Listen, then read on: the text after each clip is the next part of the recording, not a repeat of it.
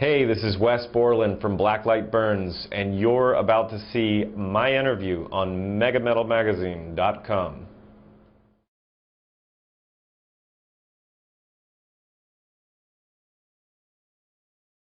I was being let down over and over again by the projects that I was trying to put together, and just things weren't really meeting my expectations, and there would be moments of excitement about some instrumental music that was happening, and then it would sort of fall short of what I expected. And Blacklight Burns came about because I hit a point where I decided that, and this is after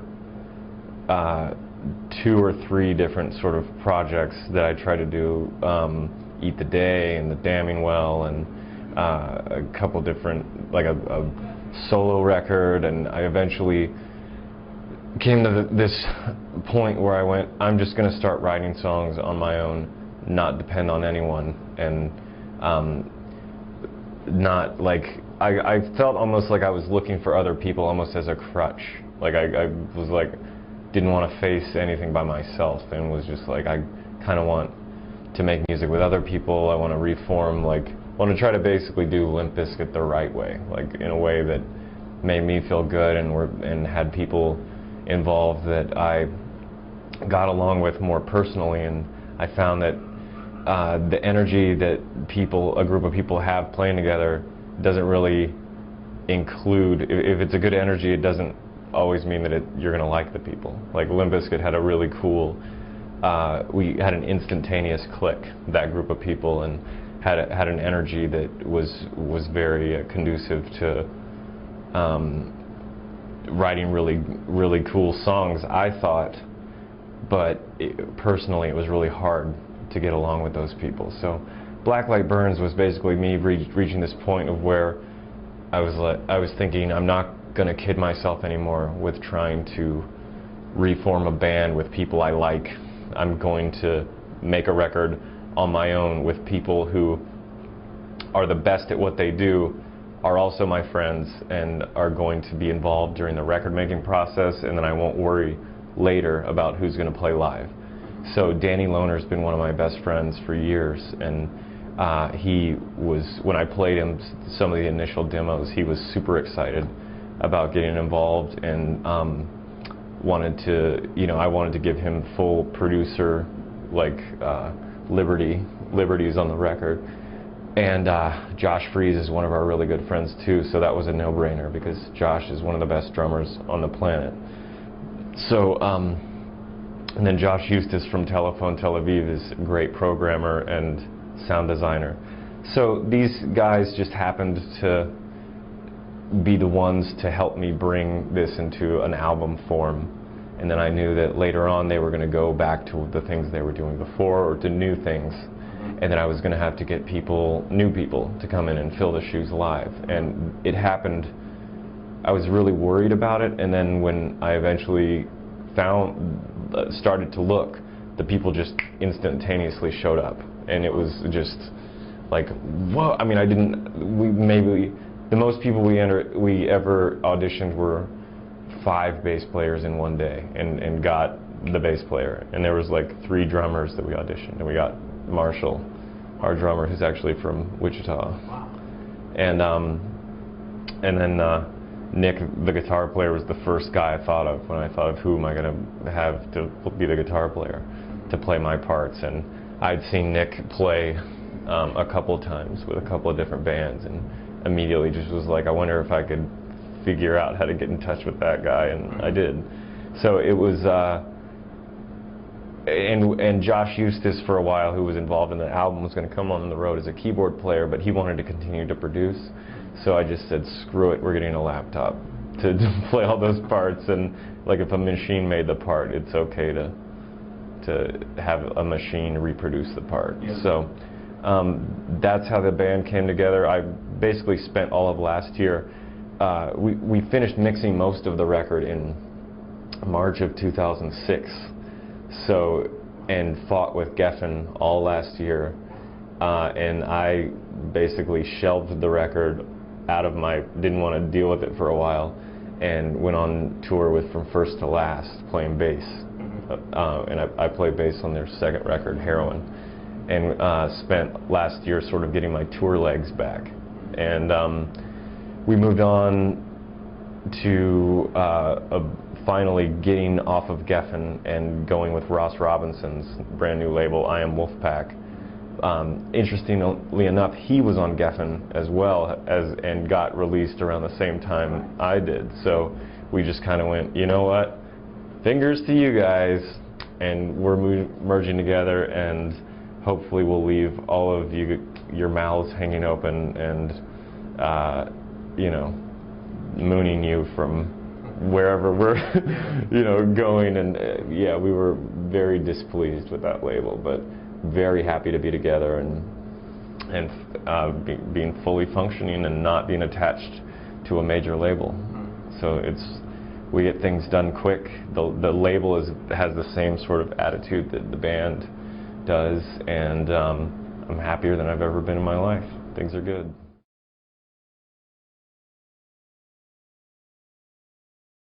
The difficult transition was to actually get my voice sounding like what I heard in my head.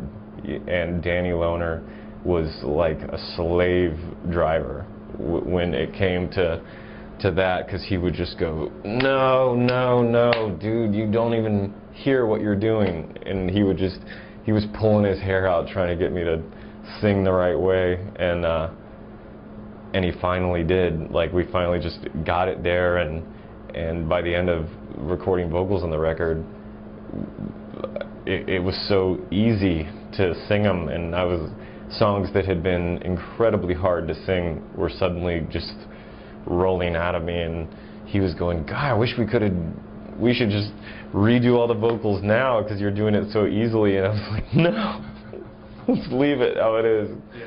But I think the next record, the vocal process will be much easier because I feel broken in now, and like I have some sort of grip on what I'm doing.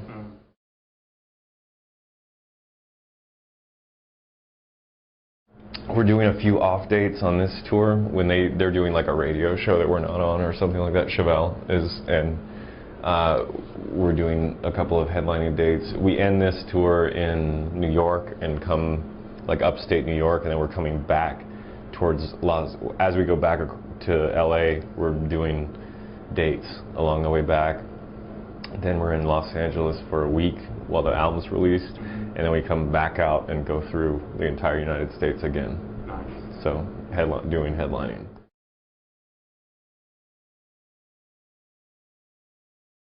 I have a Yamaha signature model that is a signature model through Yamaha Guitars that you'll see me play tonight. And I couldn't be happier with that. And those are like shipping right now, and people are actually buying them. It's amazing. But it's sort of like a semi-hollow body guitar that's sort of modern-y and vintage-y in the same package. And they basically, I've never done that before until now, and they were really cool. And just I took in 4 of my favorite guitars and drawings and just said, let's make this, and took my 4 favorite guitars and took away everything I didn't like about them and Frankensteined them into one instrument. Nice. And that's, I don't know, I endorse Yamaha guitars, Ernie Ball strings, and I don't endorse orange heads, but play orange heads and diesel heads. So.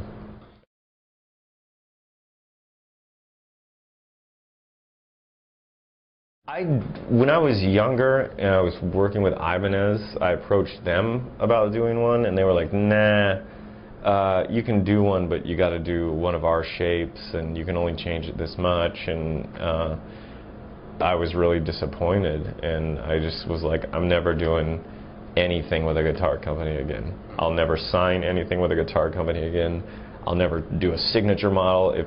I felt kind of annoyed because I'd done like all this stuff for Ibanez and done all this press, and then they sort of like blew me off. So I left the company and was just like, see you guys later. And then they said, no, we will do a signature model. And I was like, too late. PRSs are better guitars anyway. I'm going to play those, you know. and they're not making me sign anything. So I went with them and then just played whatever I wanted for a long time. And then Mike Tempesta, who was in Powerman 5000, started working in the A&R department for Yamaha and approached me, and because he was my friend, I was like, sure, I'll check it out. And they played great, and it ended up being just the right group of people to work with.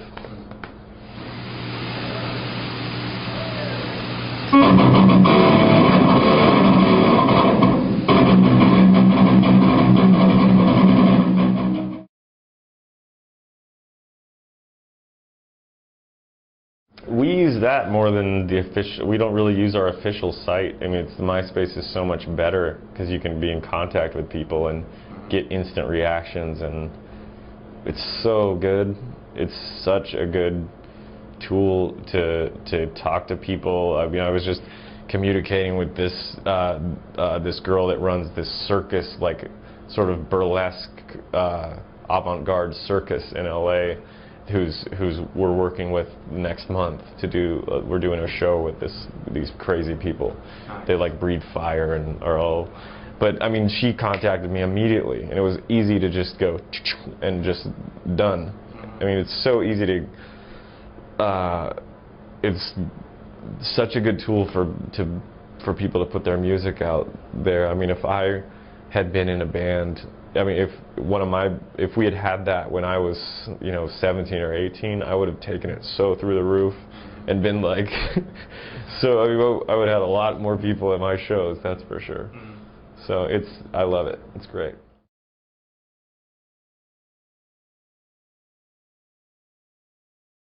Just touring, doing a gallery opening with my oil paintings